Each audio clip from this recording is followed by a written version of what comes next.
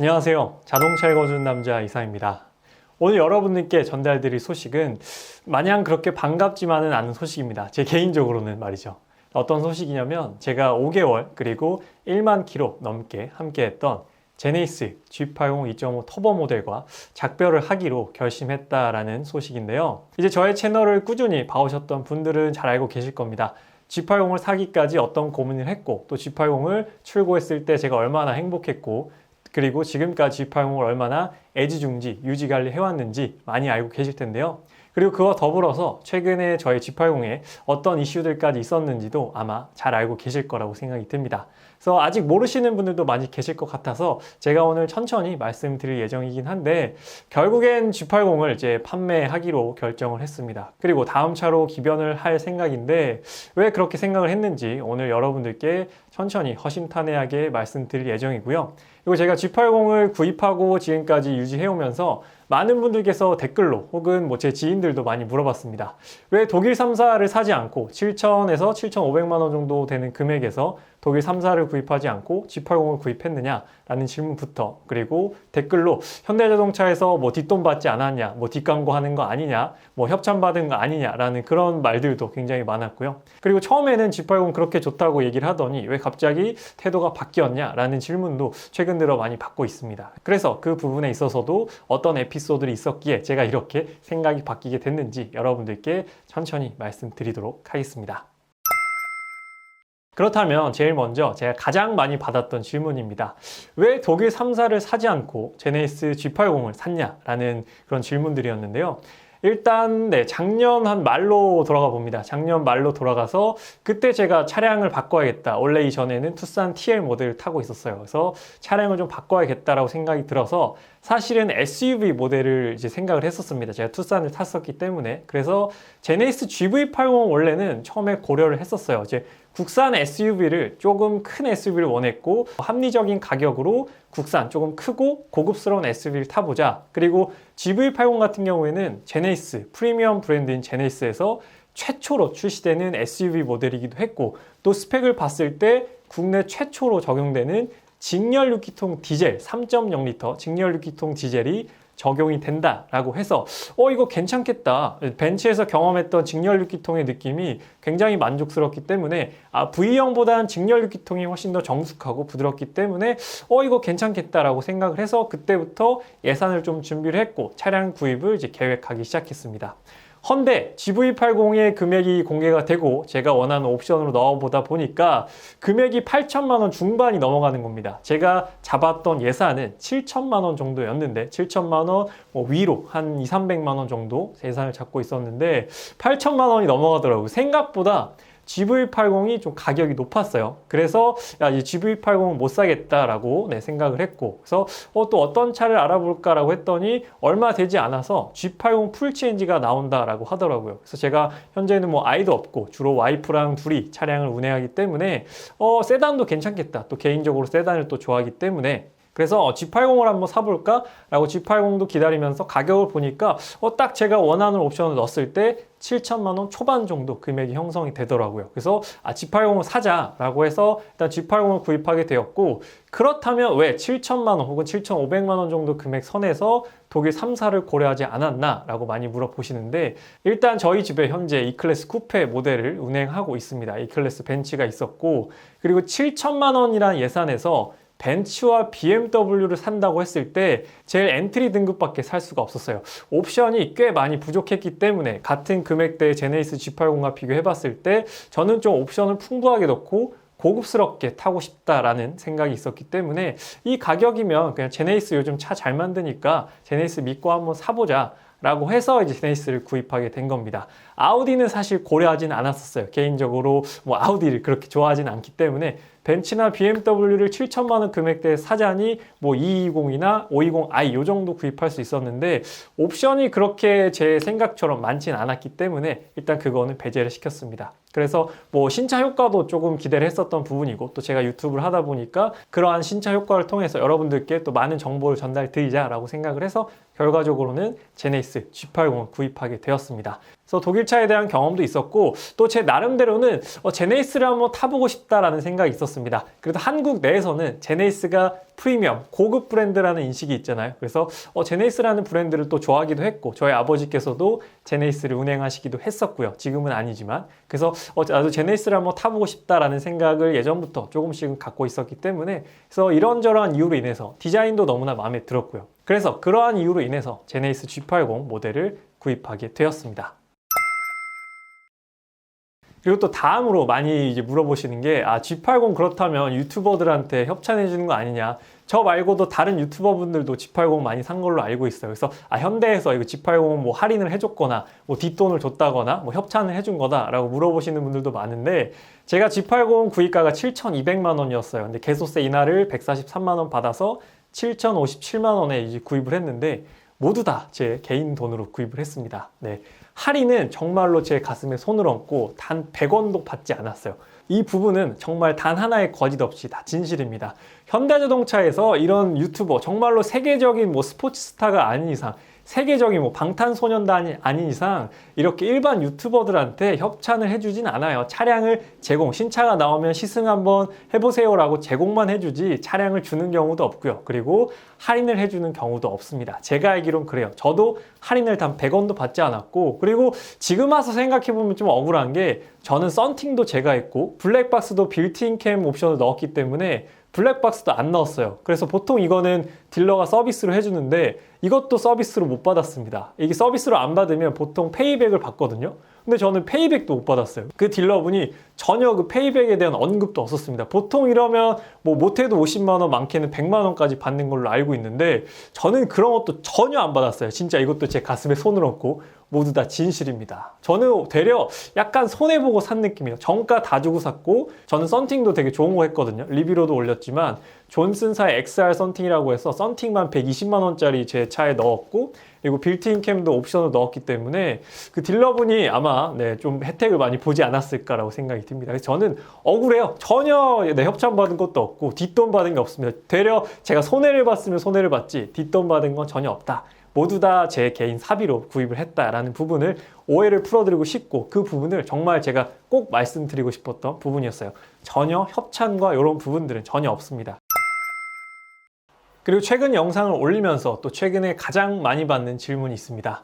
아니 처음에는 그렇게 G80 좋다고 하더니 왜 갑자기 뭐 G80 별로다라고 얘기를 하느냐, 차는 뭐 독일 차다라고 얘기를 하느냐라는 부분이었는데요. 사실 제가 G80에 대해서는 정말 애정이 많고 만족하고 있었어요. 뭐 주행 성능도 그렇고 제 개인적으로는 말이죠. 주행 성능도 만족스럽고 옵션도 만족스럽고 뭐 주행 질감이라든지 다방면으로 만족스러웠습니다. 뭐 연비가 떨어지는 부분은 뭐 당연한 부분이고요. 그래서 다방면으로 만족을 하고 있었는데 7월 말부터 이제 제 차에서 악취가 나기 시작합니다. 악취라는 건 제가 말씀드렸다시피 걸레 냄새를 얘기를 하는데요. 그래서 뭐 원인에 대해서는 앞서 영상에서도 말씀드렸지만 짧게 다시 한번 언급을 드리면 도어를 탈거하게 되면 도어 안쪽에 흡음재가 이제 4개씩 들어가 있습니다. 한쪽 도어에 4개씩. 근데 그 흡음재가 따로 마감이 되어 있진 않아요. 그래서 저는 지금 제가 살고 있는 곳의 특성상 늦게 집에 귀가하게 되면 외부에 세울 수밖에 없습니다. 그래서 올해 여름에 정말로 장마랑 태풍 때문에 비가 정말 많이 왔잖아요. 그래서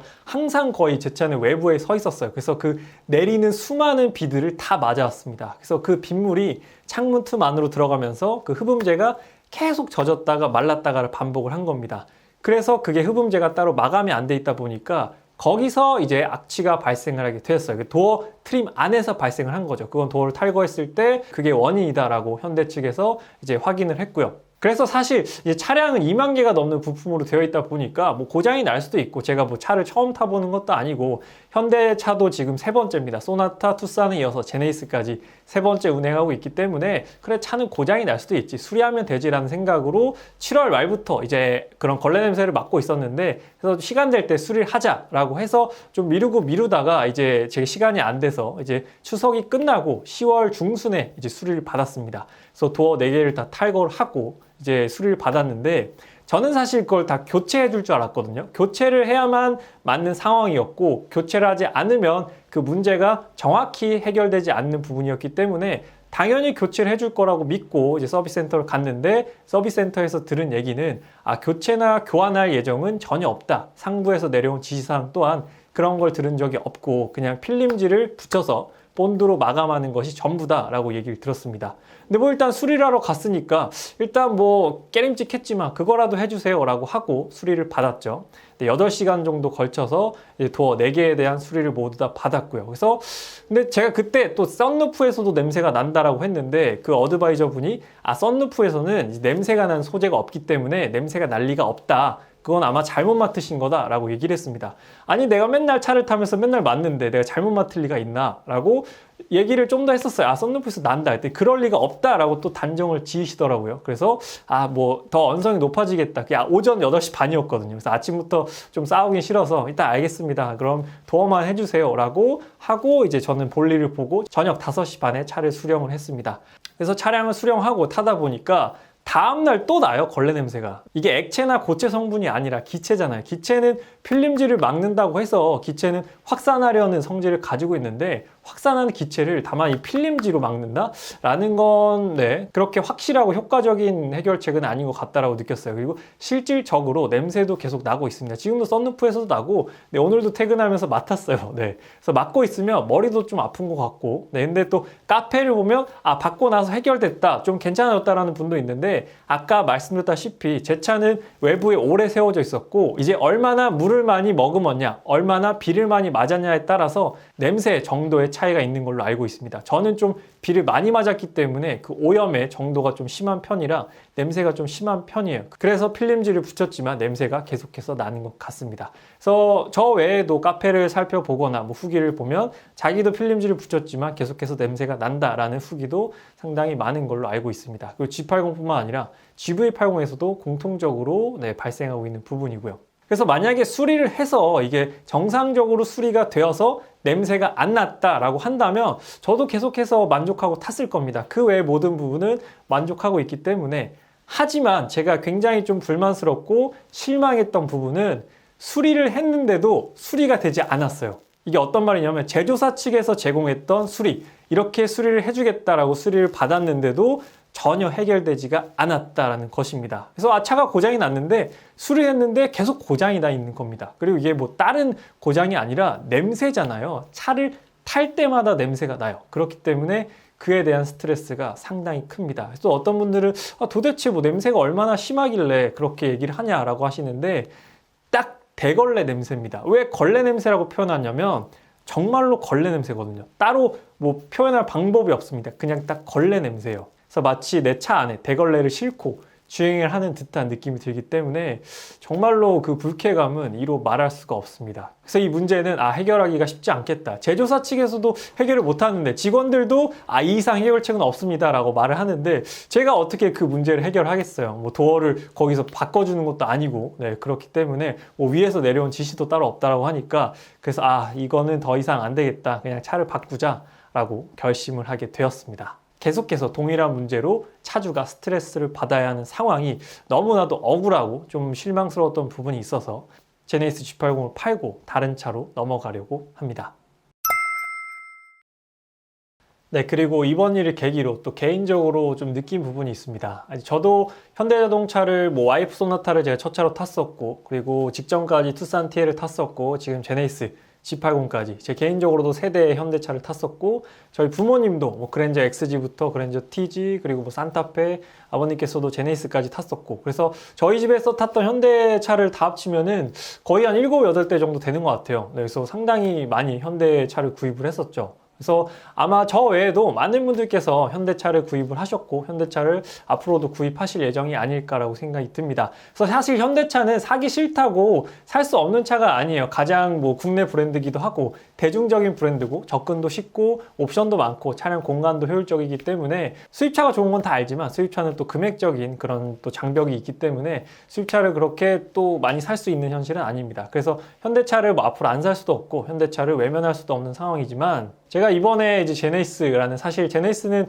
현대 고급 브랜드고 럭셔리 프리미엄 브랜드고 또 국내 자동차 중에 또 가장 비싼 차 중에 하나잖아요, 제네시스 같은 경우에. 하지만 이런 제네시스 브랜드의 수리 방법과 뭐 처리 방법에 있어서 굉장히 이번 경험을 통해서 실망을 많이 했습니다. 뭐 차량 자체는 만족스러웠지만 문제가 있을 수는 있어요. 문제가 있을 수는 있지만 뭐 어떤 차든지 문제가 있을 수는 있지만 그 문제를 인정을 하고 확실하게 해결을 해줬으면 소비자들도 받아들이기 쉬웠을 겁니다. 그래, 뭐 차 문제 있을 수 있지. 근데 완벽히만 고쳐준다면 또 만족하면서 탈게 라고 할 수 있지만, 문제가 누가 봐도 이거는 교체를 해줘야 되는 문제인데 교체는 해주지 않고 그냥 덮어드리겠습니다, 덮어서 쓰십시오 라고 하니까 이게 불만이 생길 수밖에 없는 것이죠. 누가 봐도 완벽한 해결책이 아닌데 제조사 측에서는 이게 해결책이니 그냥 타세요 라고 하니까 화가 날 수밖에 없는 겁니다. 그래서 저는 운 좋게 유튜브라는 채널을 통해서 저의 목소리를 내고 많은 분들께서 이렇게 봐주시지만, 그렇지 못한 많은 분들도 계십니다. 이렇게 혼자 끙끙 앓고 계시거나 내 차 이런 문제가 있는데